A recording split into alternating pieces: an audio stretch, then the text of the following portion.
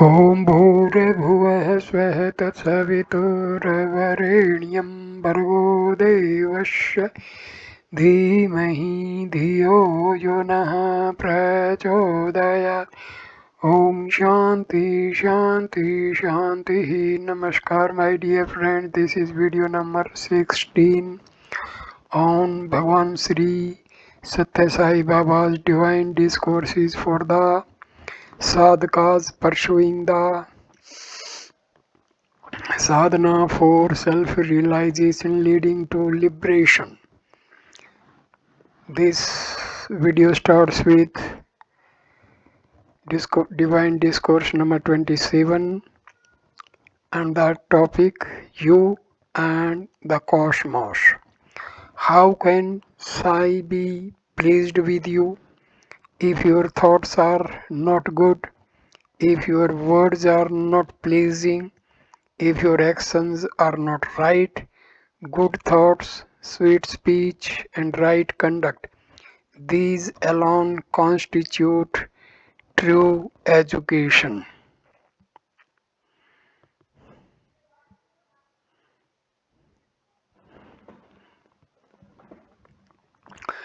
To lead a purposeful and worthy life, you have to recognize the true meaning of the body, the senses, the mind, and the intellect, and know how to use them effectively. All the troubles of mankind are due to the fact that 99% of the people lead lives without understanding this truth. The body, the senses, the mind, and the intellect are only instruments for the individuals and have no chaitanya, consciousness of their own. The body is inert, beginning as a mere mass of flesh. It grows into a handsome boy, an attractive youth, and becomes a decrepit old man in later years. Because of these changes in the body, man imagines that the body has consciousness and is not an inert mass. But it is not the body that is the cause of this growth and change. To cite an example, if you sweep your house every day and throw the dust into a dustbin, in due course there will be a big dung heap. Can consciousness be attributed to the dung heap because of its growth over a period? Likewise, the body grows on account of the food consumed by it. See what happens to the body when the food is denied for some days. It ceases to grow, in fact, it begins to deteriorate. The five elements vary in their subtlety. The body is only a temporary rest house for the spirit.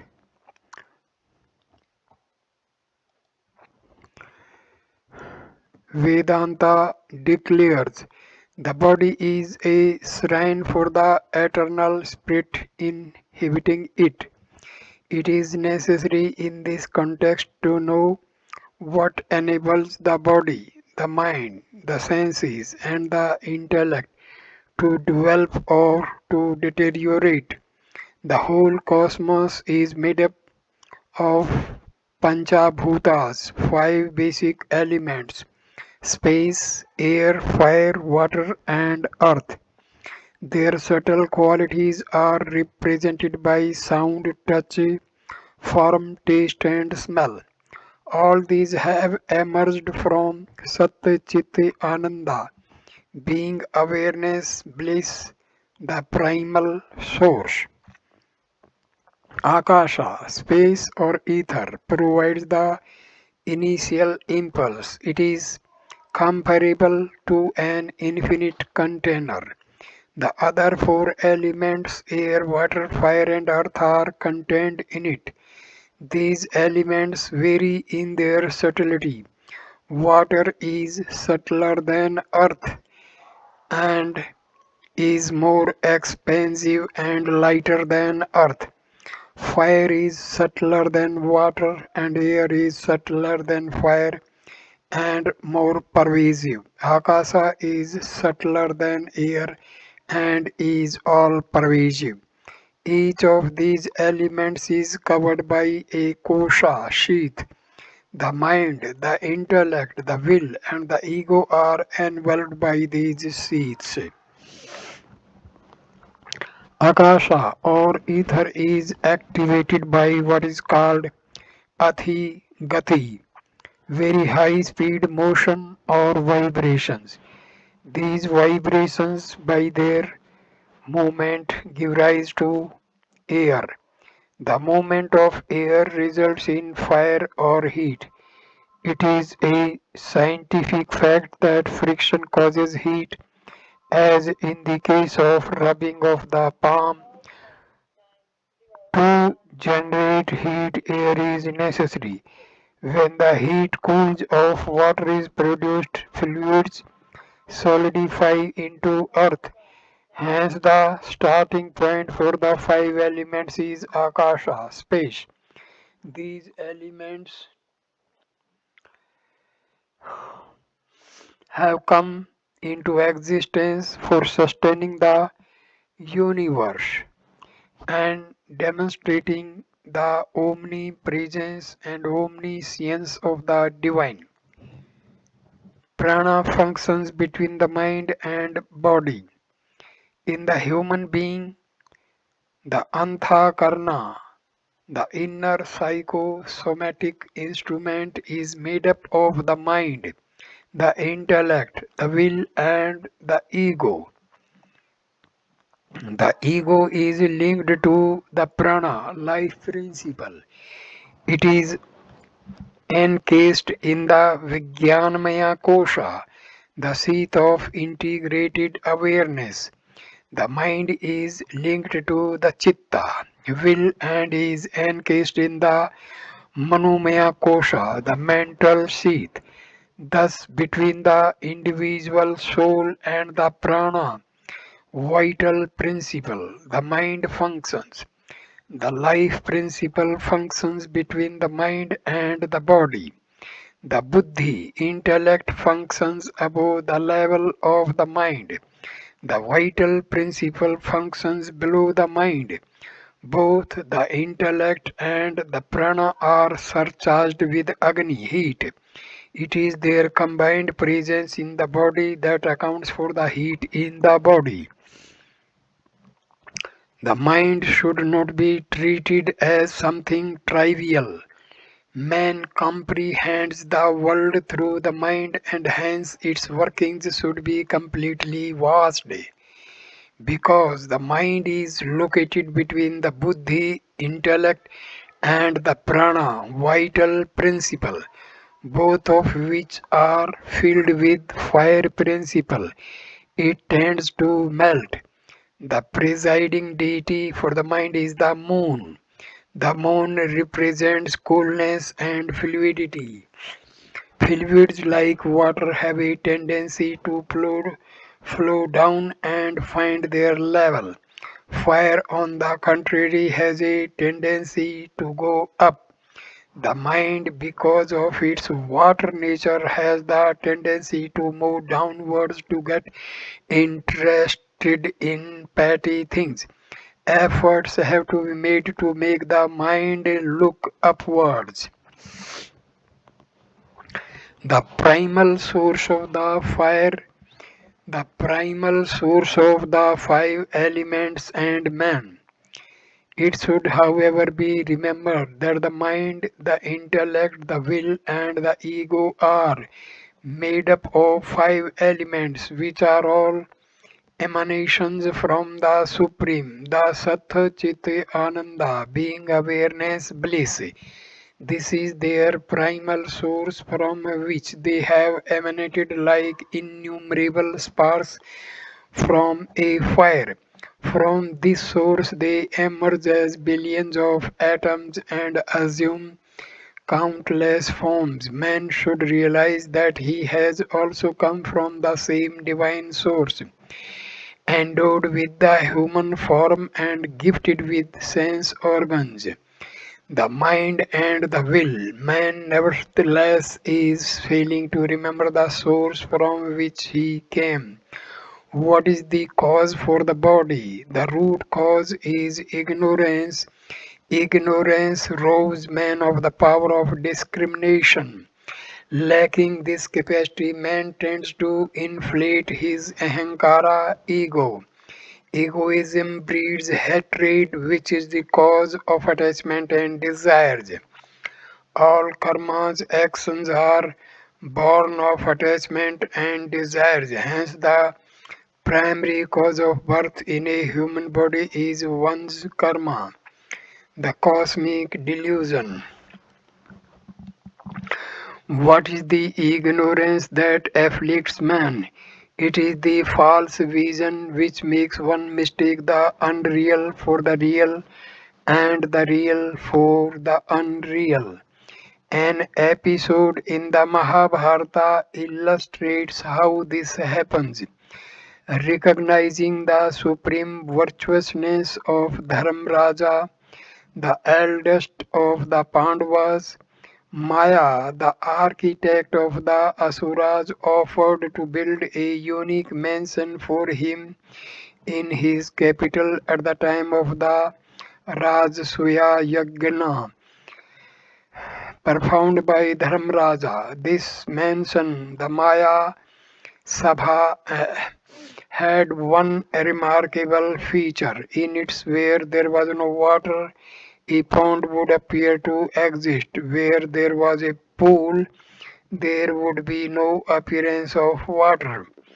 Where there was a door, no door would seem to exist, and a door would be present in an apparently blank wall. It was unique in producing delusions of this kind.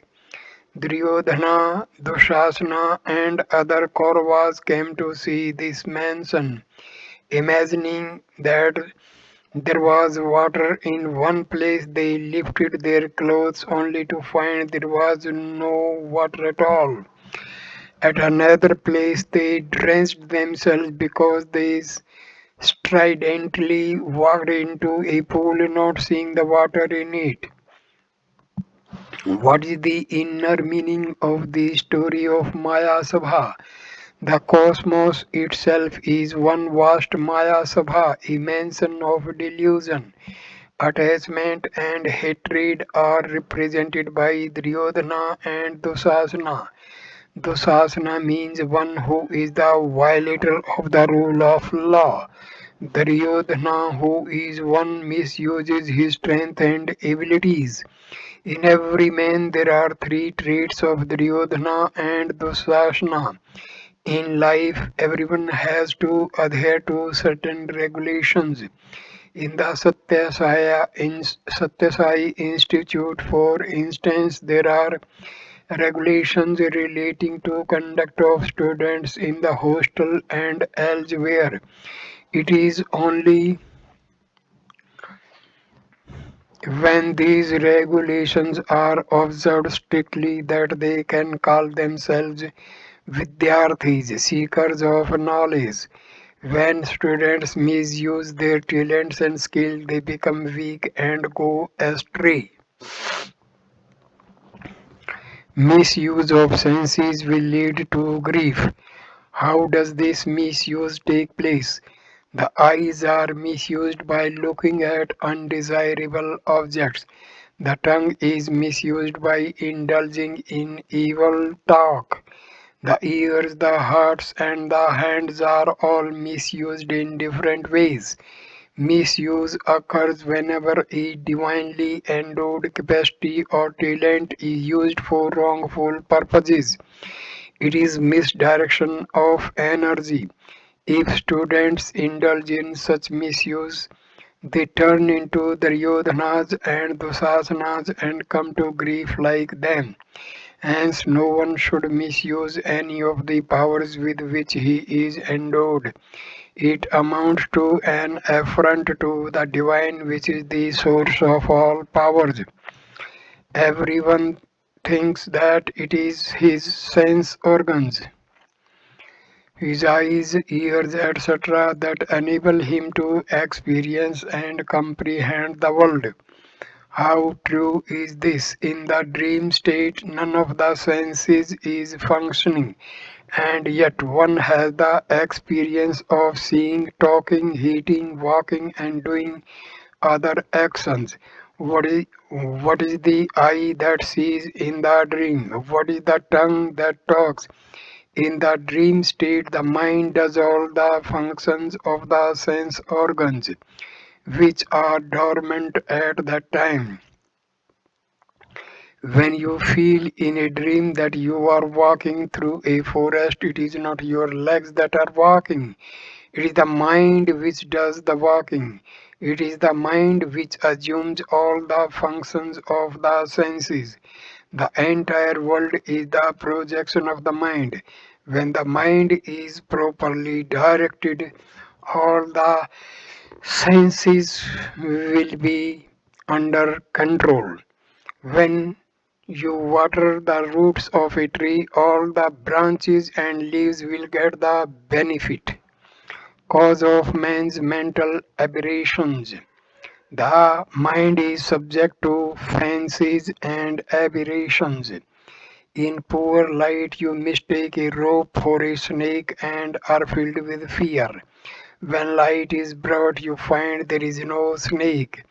The appearance and disappearance of fear are entirely the result of mental aberrations. The rope alone was there all the time. The idea of the snake was superimposed on it by the fancies of the mind. The Brahma cannot be experienced unless one gets rid of the delusions of the mind. How is one to get rid of the delusions? By developing faith in the omnipresence of the divine. This faith can grow when one realizes that every object in the world needs a basis for its existence and support. The divine is the basis and the support for the entire cosmos. The Vedas are the authority for accepting the divine as the source of everything in creation. If one can accept the authority of the ordinary almanac for recognizing a particular date in the calendar, why should one refuse to accept the authority of the Vedas, which regard to the nature of the Atma, Self, and Brahma, Supreme Omni Self? There is authority in the Vedas for everything that we experience in daily life. The Vedas have recognized the uniqueness of human birth and proclaimed the existence of God. It is illogical for man to accept on the authority of scriptures his uniqueness as a human being and at the same time deny the existence of God. How misconceptions and doubts can arise may be seen from a scientific example. When you hold the mirror before you, your image is reflected by the mirror, but the image is not in the mirror. The reflection is seen because of the mercury coated surface at the back of the mirror. You imagine also that it is a true reflection of yourself. This is not true. In the image, your right eye appears as your left eye and the left eye as the right eye. Hence, the image is not the true reflection of yourself. Nature is the vast mirror of the divinity. Likewise, nature is a vast mirror. You regard it as real, the varied objects you see in the nature, but they are all different forms of the divine, the one willed to become many. This is the truth recognized by all religions, but man forgets this truth and leads a life divorced from faith in the divine. Students, you may yourself inquire into the basis of this creation. To start with, you try to find out what causes dreams. Some may say thoughts are the cause. Some others may attribute dreams to the kind of food that is consumed. Neither of these is correct. The fact is, it is the sleep that is the cause of dreams. So, to the question, what is the cause of creation? The answer is ajnana, ignorance. For example, during the summer, the land gets heated up and is completely barren. As soon as there is a rainfall, things begin to sprout and the land looks green. Where from did the sprouts come? Before sprouting, the seeds remained in the earth, and when the rain came, they began to sprout. If there had been no seeds earlier, the sprouting would not have occurred. Results of actions are inseparable. Likewise, karma, past deeds, is the seed for human birth. Your present life is a reaction, resound, and reflection of your past actions. Therefore, you are advised to be good, see good, and do good. When you perform any action, you do not think about the long term consequences. You are preoccupied with the concerns of the moment. But when the final results come, you are frightened.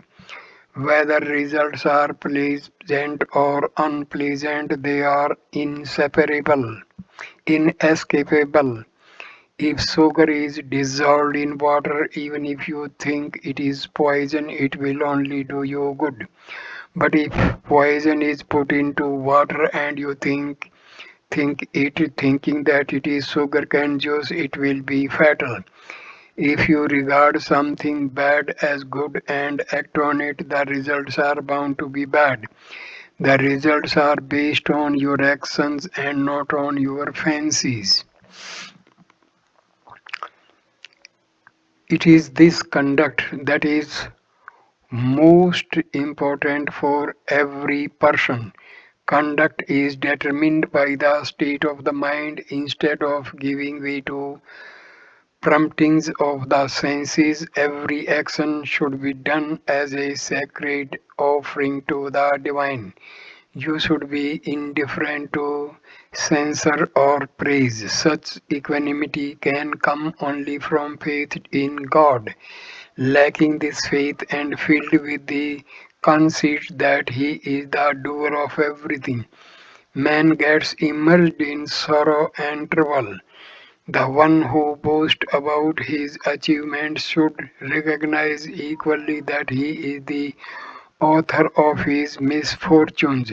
He cannot claim to be the doer and at the same time deny responsibility for the consequences of his actions. Do your duty, leaving the results to God. Hence, in all your actions, whether good or bad, do your duty, leaving the result to God.